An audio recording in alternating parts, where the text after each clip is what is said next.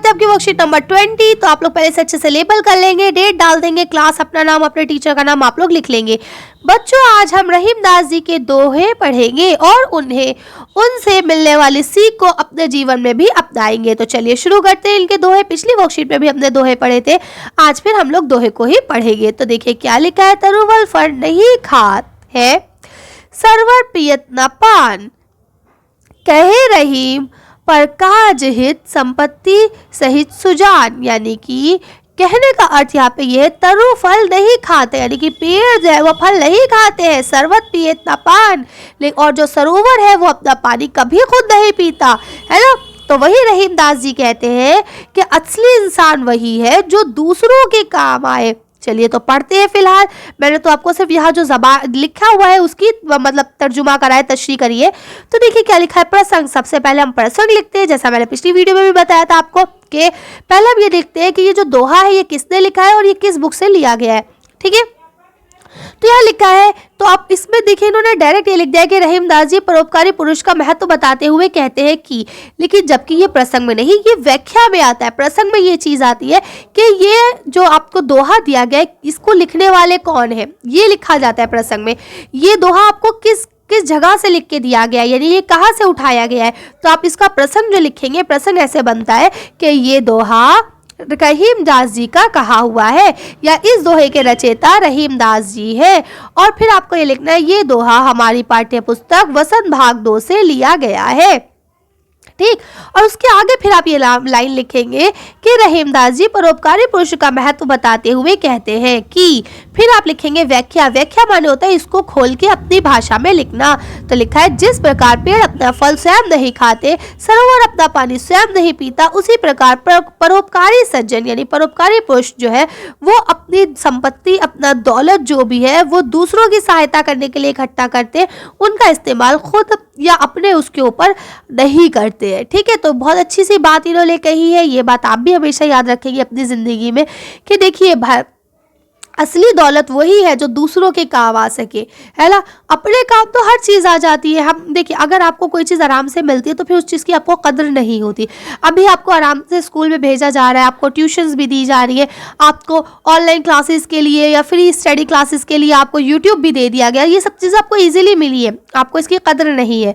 हो सकता है आप वीडियो देखने के बाद डिसलाइक भी कर देते हो, अरे छोड़ो क्या करना, लेकिन इसकी कदर आप उनसे पूछिए जिन बच्चों के पास मोबाइल नहीं है आपकी तरफ, जो आपकी तरह इस वीडियो को नहीं देख पा रहे हैं, जो इस देखिए, मैं नहीं कहती मैं बहुत काबिल हूं, ना मैं ये कहती हूँ कि मैं बहुत अच्छा पढ़ा रही, ठीक, लेकिन कुछ ना कुछ तो ऐसा जरूर है ना जो मैं आपको ज्ञान के तौर पे दे रही हूँ, है ना। अब आप ये सोचिए ना, छोटा से छोटा ज्ञान भी ना कभी कदार हमारे लिए बहुत बड़ी चीज बन जाता है। हो सकता है जो आज मैं आपको पढ़ा रही हूँ कल यही आपके एग्जाम में आ जाए। तो आज ये छोटा है, लेकिन कल जब ये आपके एग्जाम में आएगा और आपने ध्यान से पढ़ा होगा तो ये आपके लिए बहुत बड़ी बात बन जाएगा। सेम इसी तरह से अब वो बच्चा जिसने ये आज पढ़ा ही नहीं है, अगर वो आज ना उसके लिए ये छोटा है और ना कल एग्जाम में आने के बाद ये उसके लिए बड़ा होगा। क्यों? क्योंकि उसने तो कभी ये पढ़ा ही नहीं था। तो वही कह रहे हैं कि हमेशा याद रखिए, आप इंसान को असली खुशी तब मिलनी चाहिए जब उसकी वजह से कोई दूसरा इंसान खुश हो। तो इस चीज को आप हमेशा ध्यान में रखेंगे। चलिए आगे पढ़ते हैं। यहाँ आपका दूसरा दोहा जो दिया गया है, लिखा है, थोथे बादर कवार के जो रहीम घराए, धनी पुरुष निर्धन भाई करे पिछली बात। ठीक है, यानी आप क्या कहते हैं कि जो आपके कवार के महीने, ये कवार हिंदी के महीनों के नाम है, आपने पढ़े होंगे हिंदी के महीनों के नाम, है ना। तो उन्हीं में एक महीना है कवार का महीना।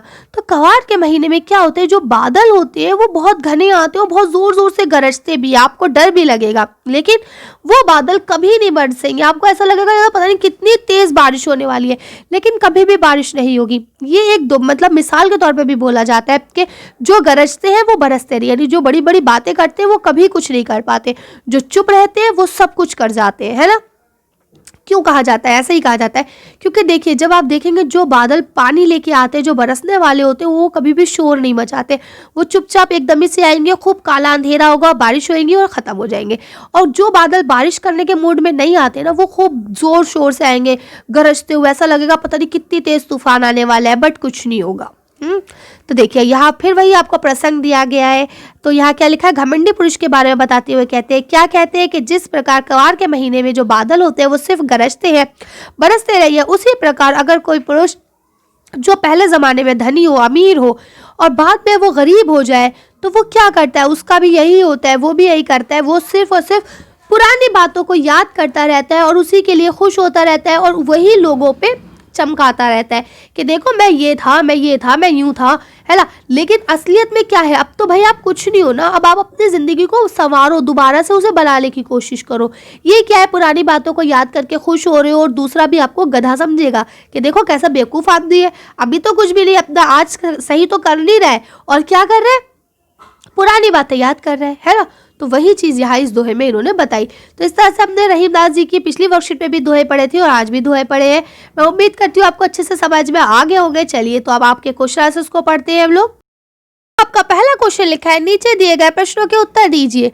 पहला प्रश्न है आपका, सज्जन पुरुष की क्या पहचान है, यानी कि वो इंसान जो सज्जन जिसे हम कहेंगे उसकी क्या पहचान है। चलिए उत्तर देखते हैं इसका।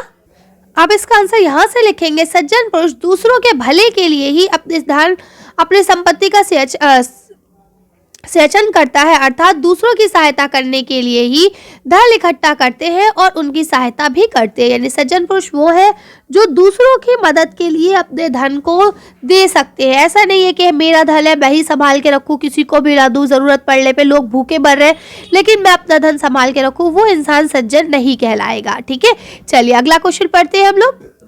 अब देखिए यहाँ आपका दूसरा क्वेश्चन लिखा है, धनी पुरुष निर्धन हो जाता है तो वे क्या करता है, यानी कि एक पैसे वाला आदमी जो बहुत पैसे वाला है, बहुत अमीर आदमी, रिच पर्सन है, अगर वो गरीब हो जाएगा तो वो क्या करेगा। तो चलिए इसका आंसर देखते हैं।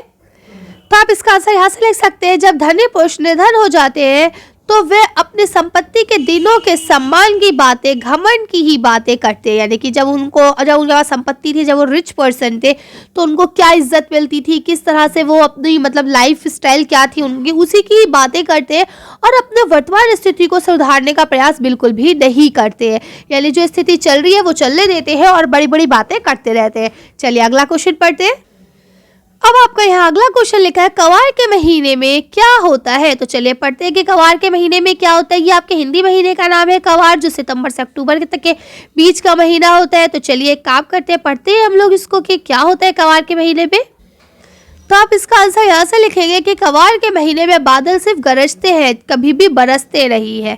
ठीक है, तो कवार के महीने में क्या होता है कि बादल जो आते हैं वो गरज के चले जाते हैं, कभी भी बहुत अच्छे मूसलाधार बारिश नहीं होती है। चलिए अगला क्वेश्चन पढ़ते हैं। अब यहाँ आपका अगला क्वेश्चन लिखा है, परोपकार का अर्थ होता है दूसरों पर उपकार करना, अर्थात दूसरों की सहायता करना। क्या आपने कभी किसी पर परोपकार किया है, विस्तार से लिखिए। यानी अगर आपने कभी किसी की हेल्प की है तो आप उसे विस्तार से लिखेंगे। लेकिन देखिए अगर हम किसी की हेल्प करें और उसे बता दें तो वो फिर हेल्प नहीं रहती।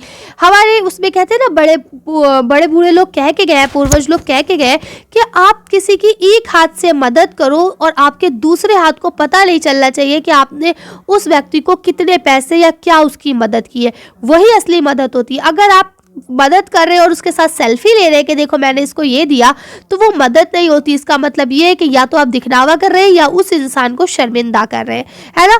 तो इसलिए अगर आप किसी की मदद करते हैं तो बहुत अच्छी बात है, लेकिन कभी भी किसी के ऊपर इसे जाहिर ना होने दे कि आपने किसी की मदद की है। ठीक, फिलहाल क्योंकि आपसे वर्कशीट में क्वेश्चन पूछ लिया गया है तो अब हम इसको खाली भी नहीं छोड़ सकते और पूरी तरह से डायरेक्ट आंसर भी नहीं दे सकते। तो इसलिए मैं आपको कुछ इस तरह से आंसर बताऊंगी जो अगर आप लिखेंगे तो गलत भी नहीं होगा और आपको पूरा एक्सप्लेनेशन की जरूरत भी नहीं पड़ेगी। तो चलिए आंसर देखते हैं इसका हम लोग। तो देखिए आप इसका आंसर यहाँ लिखेंगे, हाँ मैं दूसरों की सहायता करती हूँ, जरूरत पड़ने पर निस्वार्थ मदद करना ही उपकार होता है।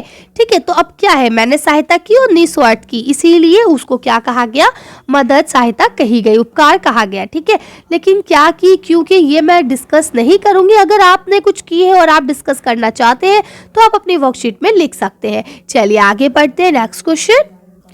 अब यहाँ आपका आखिरी क्वेश्चन है, पेड़ शब्द के 3 पर्यायवाची शब्द लिखिए। अब आपको पेड़ शब्द के 3 पर्यायवाची शब्द लिखने हैं। तो चलिए इसका आंसर हम लोग देखते हैं। आप देखिए इसके 3 पर्यायवाची वृक्ष, तरु और पादप लिख सकते हैं। ये 3 आपके मेन होते हैं जो हर बच्चे को आसानी से याद हो जाते हैं। खास तौर से साइंस में आपका पादप ही इस्तेमाल किया जाता है और वृक्ष और तरु तो हम सब जानते ही हैं। तो इस तरह से आप इनको लिख सकते हैं। इसके अलावा भी पेड़ के बहुत सारे पर्यायवाची है, अगर आप वो लिखना चाहें तो वो भी लिख सकते हैं। चलिए तो आज की वर्कशीट को हम लोग यहीं खत्म करते हैं। आज की वीडियो में बस इतने ही। अगर आपको हमारी वीडियो पसंद आई हो तो प्लीज़ इसे लाइक और शेयर करें। अगर अभी तक आपने हमारे चैनल को सब्सक्राइब नहीं करा है तो प्लीज़ हमारे चैनल को सब्सक्राइब करें। Thank you for watching.